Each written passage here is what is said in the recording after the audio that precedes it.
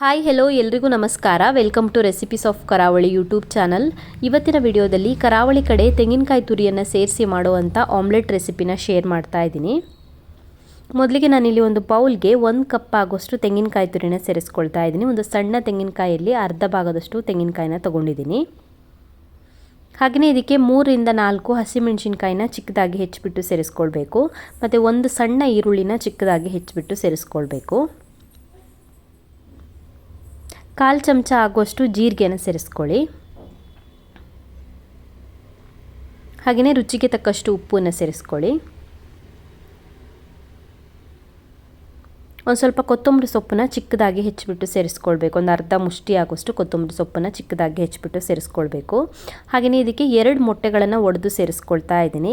ನಾವು ಚಿಕ್ಕವರಿರುವಾಗ ಮನೆಯಲ್ಲಿ ತುಂಬಾ ಜನ ಇರ್ತಾಯಿದ್ರು. ಆವಾಗ ಕೇವಲ ಒಂದು 2-3 ಮೊಟ್ಟೆಯಿಂದ ಇಡೀ ಮನೆಯವರಿಗಾಗುವಷ್ಟು ಆಮ್ಲೆಟನ್ನು ಪ್ರಿಪೇರ್ ಮಾಡ್ತಾಯಿದ್ರು. ಇದಕ್ಕೆ ತೆಂಗಿನಕಾಯಿ ತುರಿ ಹಾಕೋದ್ರಿಂದ ಜಾಸ್ತಿ ಮೊಟ್ಟೆ ಬೇಕಾಗೋದಿಲ್ಲ. ಒಂದು 2 ಮೊಟ್ಟೆ ಹಾಕಿದ್ರೆ ಸಾಕಾಗುತ್ತೆ. ಚೆನ್ನಾಗಿ ಮಿಕ್ಸ್ ಮಾಡ್ಕೊಳ್ಬೇಕು. ಮೊಟ್ಟೆನ ಸೇರಿಸ್ಬಿಟ್ಟು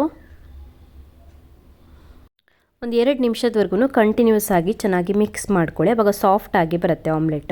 ಇವಾಗ ಒಂದು ಫ್ರೈಯಿಂಗ್ ಪ್ಯಾನ್ನ ಕಾಯಿಸ್ಬಿಟ್ಟು ಅದಕ್ಕೆ 3 ರಿಂದ 4 ಚಮಚ ಆಗುವಷ್ಟು ತೆಂಗಿನ ಎಣ್ಣೆನ ಸೇರಿಸ್ಕೊಳ್ಬೇಕು. ಕೋಕೋನಟ್ ಆಯಿಲನ್ನು.